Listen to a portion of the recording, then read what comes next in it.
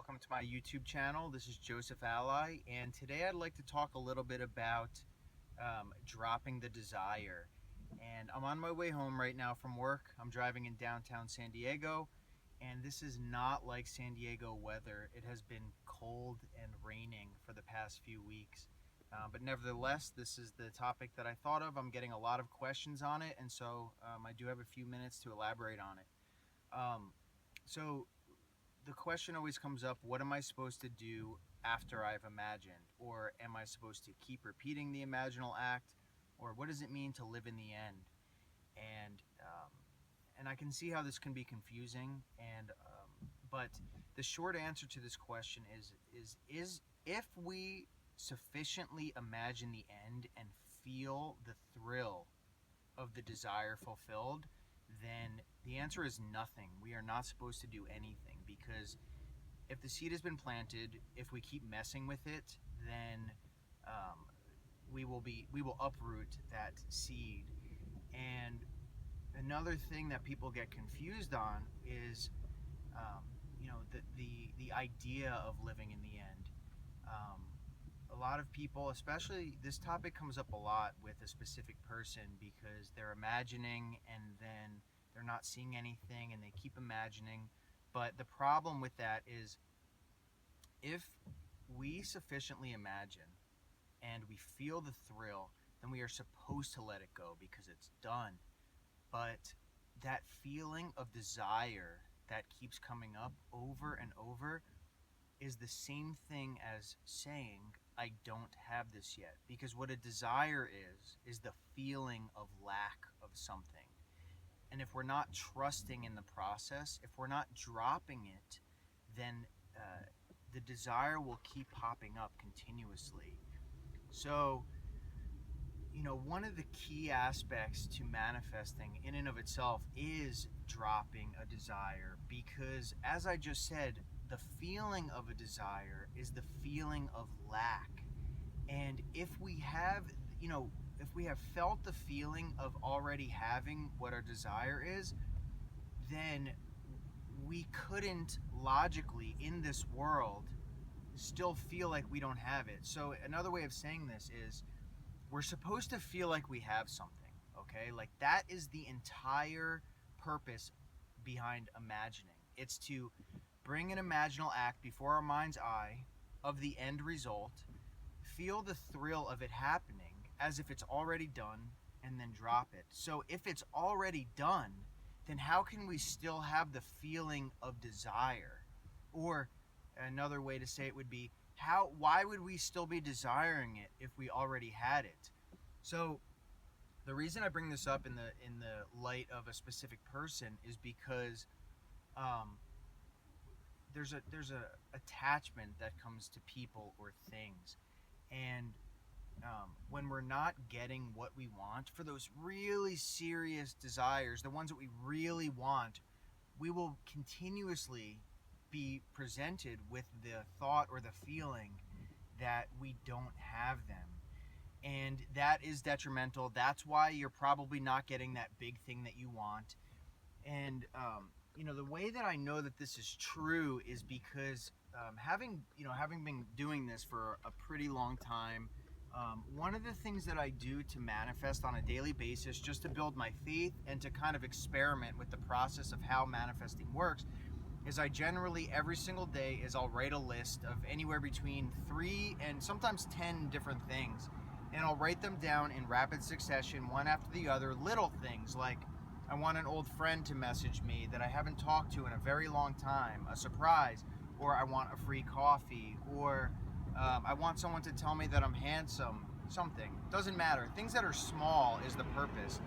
And what I've found is that those things that I don't think about, after I write them down, I close my book, I put it away, and I don't think about them at all. And what I find is that those things always manifest every time. And the same goes for when I do my imaginal acts at the end of the day. If there is something that I want, whether it be manifesting for a different person, which happens all the time. This is when I imagine for another person, it almost always comes to pass. But it comes to pass, at the rate proportionate to the ability to let it go, right? And that's the whole purpose of this.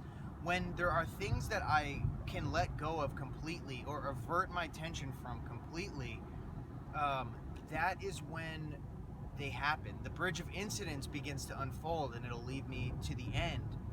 And the reason for this is it all comes down to, like, a good example or explanation of this is in the way that creation happens. So we have God, who all things exist in at the exact same time, from beginning to end, from everlasting to everlasting. All possibilities exist right now. But a human, or Christ, we can only be aware of one thing at a time.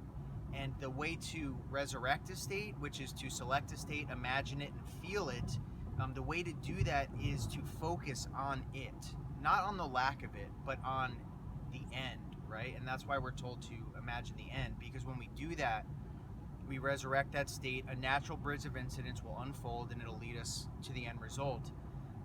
Whereas with God, all things exist. So in order to manifest something, we have to bring into our awareness the end result of the thing fulfilled, and that is when we see it manifested, right? But if we constantly have that desire, if we're constantly reminded of the lack, if we're constantly feeling like we don't have it, then we are constantly creating more lack, less fulfillment. We're not going to manifest that thing. So it's imperative that we drop the thing after we have imagined it, because what we're doing then, if we have a desire, a big desire, we imagine that end. And then, and so what it's doing is that is resurrecting that end. And then at which point we release it, we avert our attention completely, and then therefore that desire that we had felt before we had imagined does not resurrect. But instead, the thing that we had last drawn our attention to, which was the end result, that will be made manifest in our reality. And so where people kind of get tripped up in this is that they are afraid to let go of the desire. And I get that. I had been there before, time and time again. But for those big things, it all comes down to trust. And trusting that when we have imagined, that it will manifest. So, it's so easy to test. Don't take my word for it ever. I'm speaking from experience. I'll never talk from theory. I've tried this countless times. I can't even contemplate how many times I've tried this.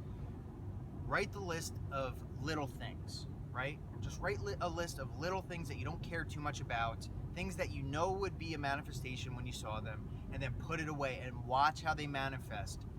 It's so easy.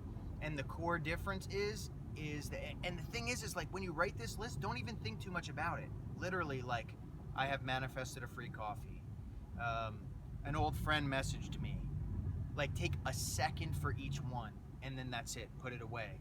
And you'll see, first of all, how amazing it is that our simple thoughts, just writing something down, focusing for a split second, and then putting it away, how easy these things manifest.